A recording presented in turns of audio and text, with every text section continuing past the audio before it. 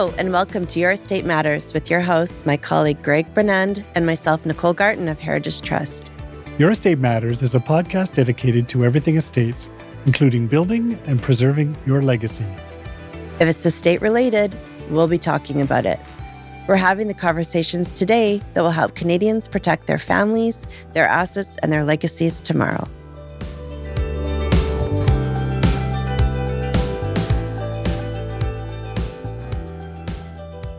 Stephanie, thanks for being with us here today to talk about families needing elder care solutions for their senior loved ones.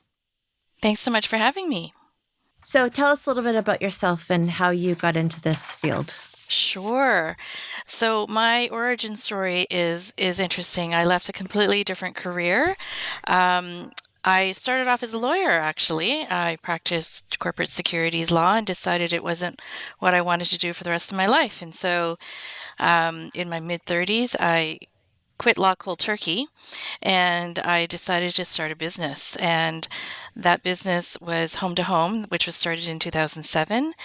And along with that, I kind of discovered a passion around A, helping people instead of companies, and B, helping seniors specifically. Like this particular demographic, I think is really special. What is elder care planning? So elder care planning to me, it could mean different things to different people, but to me it's really around understanding what various options are as you or your loved ones age and being able to evaluate those options and deciding which one is best for you. And so along with that comes a whole basket of various factors and considerations. So what are those considerations?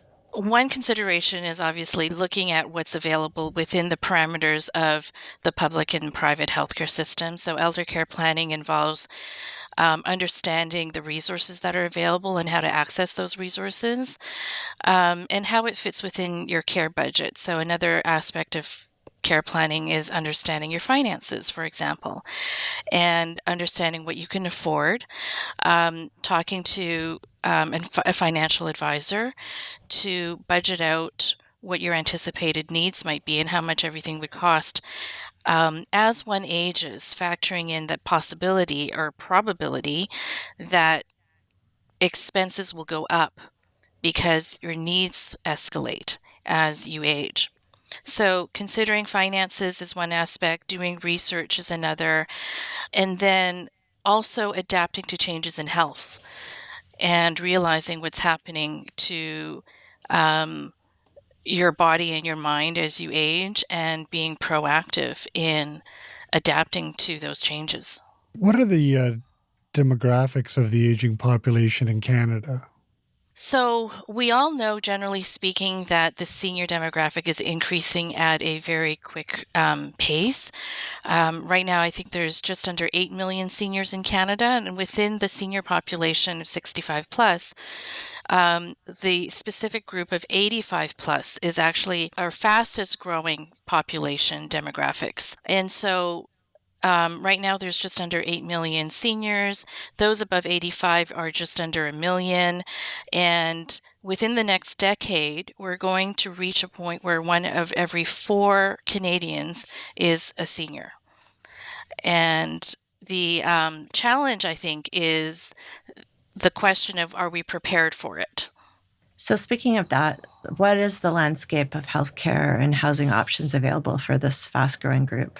In my opinion, I don't think that the infrastructure of services and resources is growing at a quick enough pace to satisfy the growing number of seniors. I think we're already seeing shortages in the housing market.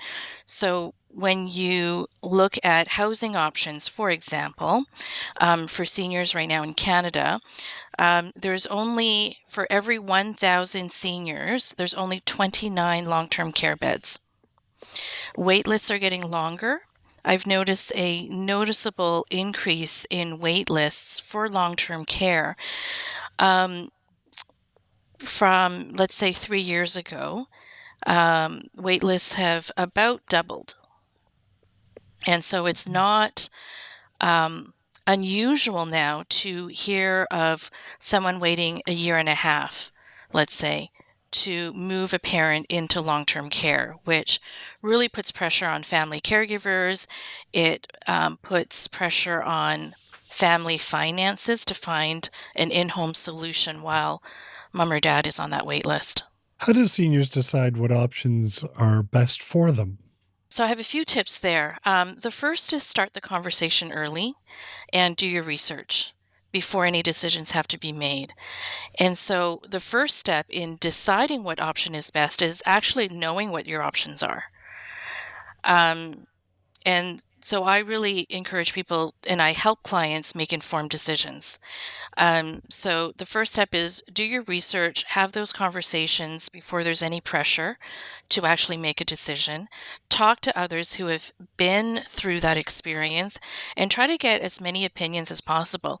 If you start the conversation early, it also allows family members to voice their opinions, and it allows the parent to consider their choices and allow them or empower them to feel like it's truly their decision and it's not something being forced upon them. So that's the first thing is do research, talk to people, understand the options. The next few tips I have in how to decide what the best option is really know your budget. So understand your cash inflows, cash outflows. If you're planning to move and you're selling a house that you own, factor the proceeds of sale into what you can afford to spend each month. Plan to live to 100 is what I tell people. But understanding your budget and what you can afford is really going to impact at the outset whether you know you can afford private pay services or whether you know that you need to focus on subsidized options for either in-home care or housing. Second, I would say understand and think about what your care needs are for you or your loved one if you're living with a spouse. So in deciding what option is best, think about if you have a condition, how might it evolve over time and what services might you need in the foreseeable future? And then again, in deciding what option is best, think about where you want to age in place. Do you want to move to be closer to your kids or do you want to stay in your neighborhood? Do you want to stay in your own home or do you want to move into a retirement community? So those are some factors to think about in deciding what is best for you. So, how can seniors forestall this if there's finite resources and long wait lists? What are some tips to enhance their quality of life now and try to maintain that independence? Yeah, that's a great question. I think one of the things I encourage people to do is be proactive. I think when you're proactive, you have the most number of options available to you. And generally, if you're not proactive and you're reactive and you're in a panic situation, the available solutions will undoubtedly be more expensive at the time that you're in the panic and trying to implement a solution in crisis mode. So be proactive, embrace kind of what the changes are that's happening to your health, and adapt to those changes before a crisis hits. There are lots of different solutions out there for every budget. And so this is where research really becomes really important as well. In addition to government subsidized services, there's services that come from nonprofits and private businesses as well, but also volunteer groups. And so sometimes these services aren't marketed very well. And so it takes a lot of research or talking to people to find out about services and resources that might be right for you. So, can you tell us what would be a typical client that would come to you, and what does that trajectory look like in terms of you assisting them and their family? Yeah, really great question. So I think that many clients follow a common trajectory from the start point might be the family, the adult kids. Start noticing some warning signs and think that mom or dad might need some help. And most seniors, I would think, start with a little bit of home help. Most people don't go from zero care to suddenly wanting to move into a retirement community. So the normal trajectory typically involves starting with some home help, part-time or full-time. And then you reach the point where people will have an opinion on their commitment to either age in place in their current home or their openness to moving into a retirement community or a care residence. And there's so many factors that fall into how to determine whether home is the best environment or an assisted living or care residence is a better environment. But typically, the trajectory would follow that at some point that decision has to be made. And then from there, depending on which path you go down, then I would help clients either increase the amount of home care or help them find a more suitable living environment for their mom or dad, having regard to things like their budget, their care needs, whether there's two spouses or if it's an individual person, and ideal location. So a few general factors to narrow down a short list, and I would help them make an informed decision and help them transition that person from one living environment to another. From there, then the trajectory would be people's needs would escalate over time. And so if we've anticipated those needs ahead of time, perhaps we've chosen a place that offers multiple levels of care, and you graduate from one level to another within that same residence. Sometimes that's not possible. And so sometimes as people's needs increase, you'll see them go from one type of retirement residence to another type of group residence, such as a care home. Well, Stephanie, would you say the offering is the same throughout such a big province? Like, obviously, some of these decisions must take in geographical concerns, availability of clinics and such, not just where you live. So geography does play a big part. The province is split up into different regional health authorities, and each regional health authority operates in a similar way, but there's nuances in each region that make it very location specific. So even within Greater Vancouver, for example, there's certain pockets of Greater Vancouver where the available services and housing options are much more scarce than other parts of Greater Vancouver. Mm-hmm. How do you keep up to date on all this information, like what the availabilities are and what the wait lists are and things like that? Through close contact with the people who work at the residences, I would say. Generally, we know what wait lists are like from month to month. If a particular home has a 3-year wait list or 2-year wait list, that's likely not to change in 3 or 4 months. It's probably going to be just as long. So the key is really, sometimes it actually comes down to luck and timing. On the private pay side, where availability changes month to month, people can be on the wait list and not be ready to move in when an available suite opens up. And so wait lists are managed differently on the private pay side. On the subsidized side, the availability, again, doesn't differ that greatly month to month. The wait lists on the subsidized side are generally quite long these days, and it's based on urgency, not necessarily how long you've been on the wait list. And so on the subsidized side, the best way to keep abreast of wait lists and where your parent is on the wait list is to have a really good relationship with the case manager. Where would you find the case manager?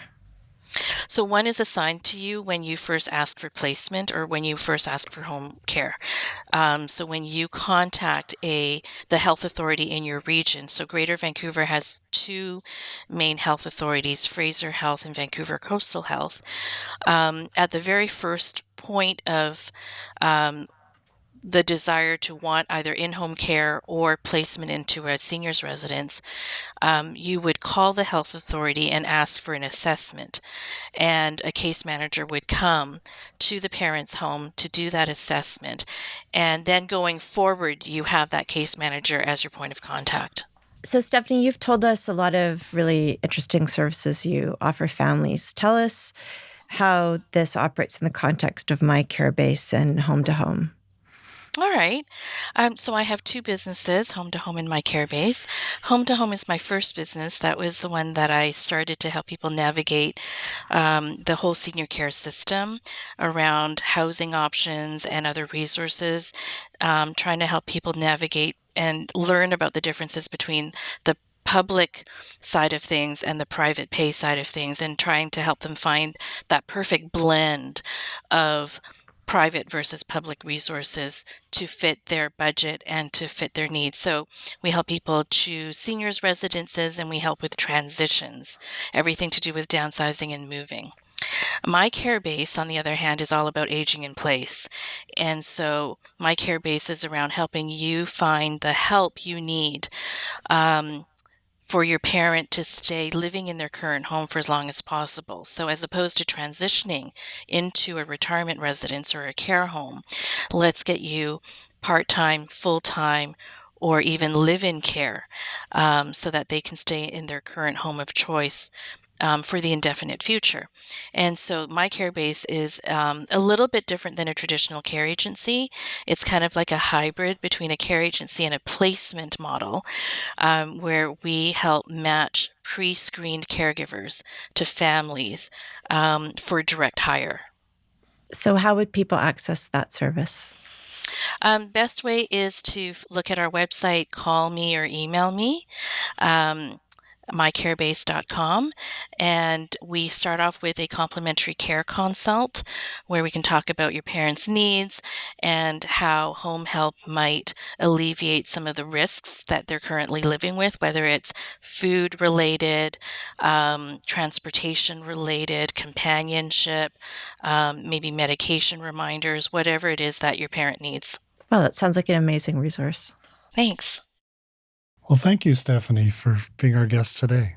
Yeah, thank you so much. It's incredibly interesting. Is there anything else you want to share with people that would be helpful for them to navigate this incredibly important topic? I think just the message to really plan in advance and start the conversation early.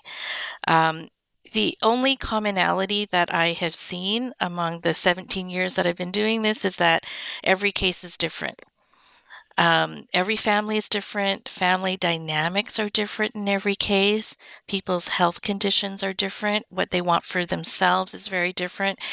And so, because every case is unique, you really do need to start thinking about these issues really early on in order to achieve the best outcome. What would be a life juncture?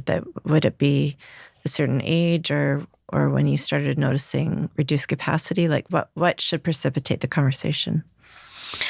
I think if you're the adult child, I would say if you're starting to notice warning signs, and those warning signs might be a few things, such as reduced mobility, reduced cognitive function, so maybe short-term memory issues, things that make you start, worrying about your parents' independence living by themselves at home. Sometimes there's certain triggers, so a little bit more objective things like someone has stopped driving and so is more dependent on help to get around. It could be loss of a spouse. That's a big trigger. So if you have two parents who have been together and one passes away and now the surviving spouse is living alone, often that is the trigger for that conversation to start about getting more support for that surviving parent.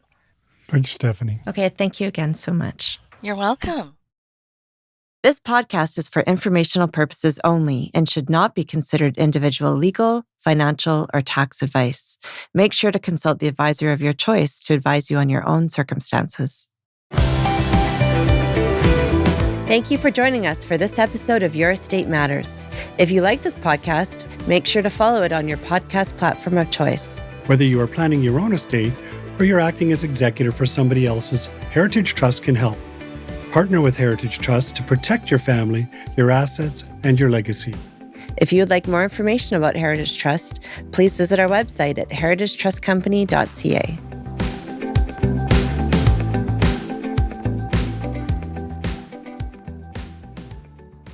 This podcast is produced by Podfather Creative.